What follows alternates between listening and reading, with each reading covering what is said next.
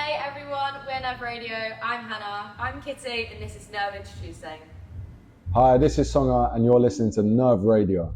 Today we're here at the Old Firestation, and we're joined with the amazing Songa this evening. Thanks for having me. So we're back, and it's Freshers Week, halfway through right now. Yeah.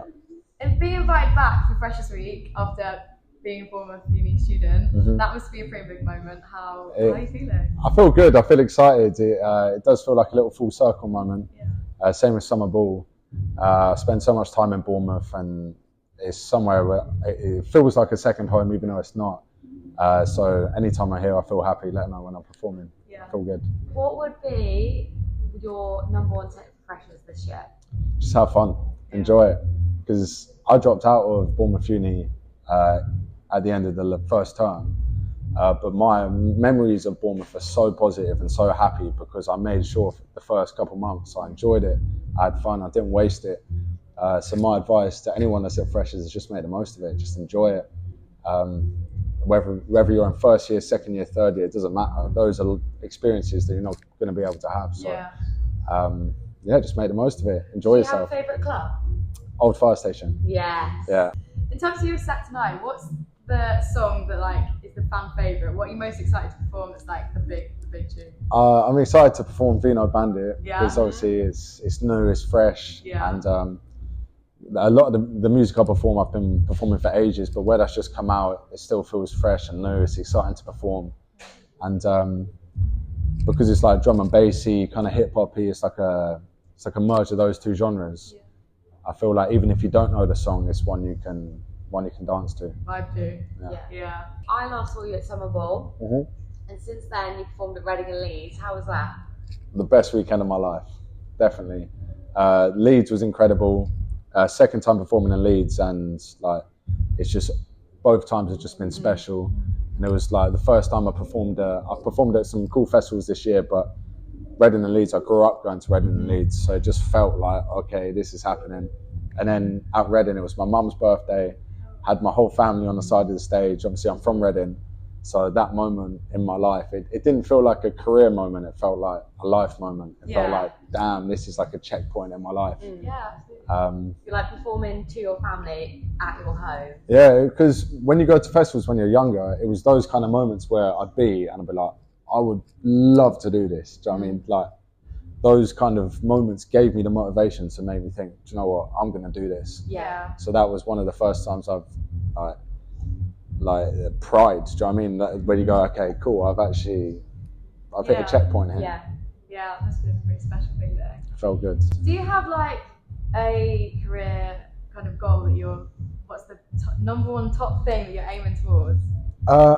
I convinced myself that I do, but to be honest, I don't. I have individual goals. I want to do Royal Albert Hall, and I want to do Glastonbury. I want to have a moment at Glastonbury, and I want to have a classic album, like one that's just. I want like a Miseducation of Lauryn Hill. I want an album that it doesn't matter what music you listen to is considered a classic. Yeah. But other than that, it's basically just being able to live my life in a way I want to live my life with people that I love in my life, and that's my biggest goal, really. That's that. I wish I had some level of success I wanted to reach, but I don't. If I can make enough money and stuff through music is something I love, to be able to live a life that I enjoy, then I'm happy with that, definitely. So you're going to be touring in New Zealand and Australia. Yeah. What are the excitement levels at the moment? Yeah. Sky high, because we literally go in 8 days. Wow. And it's a part of the world I've always wanted to see, regardless of music.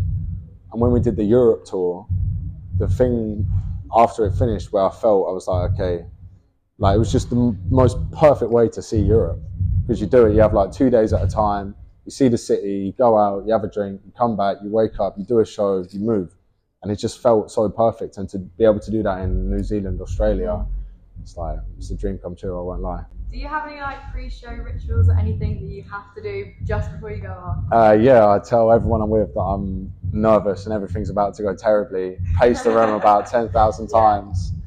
But nah, not really. I just try, Cam, my DJ, I like to be around him because I know he's going to be on stage with me, to be able to talk through things, speak to my girlfriend, make sure she's feeling okay, and just basically making sure the people around me are happy, and it makes me feel a lot more okay, even if this doesn't go great, it's going to go great. Yeah. And that kind of reassurance makes, it just always seems to do all right.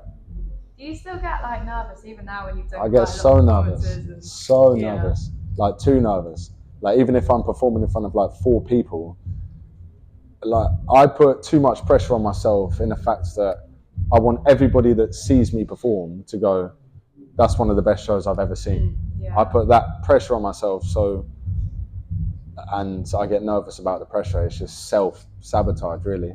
But then the feeling after the show feels so much better because I was nervous before. Yeah. It's like that sigh of relief, like, oh my goodness, I know I can do this. Yeah. And you work yourself up before, and then after you're like, what was even the point? Yeah. And part of me wishes that I didn't get nervous and I could just go out there like it was nothing. But part of me enjoys the fact that I feel nervous and put so much pressure on it because the end result feels better. Yeah, there's more rewarding in a way, isn't it? Exactly. Yeah. Is there anything in the room that you have to have with you? Like you have to ask, like, can I have this specific item? Like on a rider. On a rider. Disaronno before the show, red wine after the show, and we put a scented candle on there as well. Ooh. But that's because I take them home, I collect them. I like having a candle for every different venue. Oh, that's really cool. Your one performance would be from B&M. Yeah, hopefully. I haven't even checked if there's a candle yet. And on tour we put scratch cards as well. Oh, that's fun. Yeah. Like, because if it's going to be a good night, I'd want like a little scratch card to be lucky. Good luck. Yeah, that's my rider. Disaronno, red wine, water, crisps, scratch card, candle. Exclusive information right here. Right there, heard it here first. We're doing it Nerve, so every month we're going to do a vote for people's favourite upcoming artists and songs. Right. And we want to know if there are any upcoming artists at the moment that you want like more people listen to and hear about. Yeah, of course. So there's Dano, who I am biased to because he's my best friend as well, but honestly one of the most underrated artists in the UK, the way he thinks about music, his whole thought process, so definitely he's up there. An artist called Manny DM, unbelievable. Like variety and just the way he flows on different beats is just ridiculous. So I'd probably say those two. And I'd also say Geordie is probably my favourite rapper in the UK right now. Like, I love his music to pieces. And those would be my 3 that I'd say you should definitely keep an eye on, because if you don't, everyone else will, and then you'll just be late to the party. Yeah. I think the album's called SMH, Shake My Heads. There's a song called Crinkum Crankum, which is hard as, I was going to swear, but hard as anything. Yeah.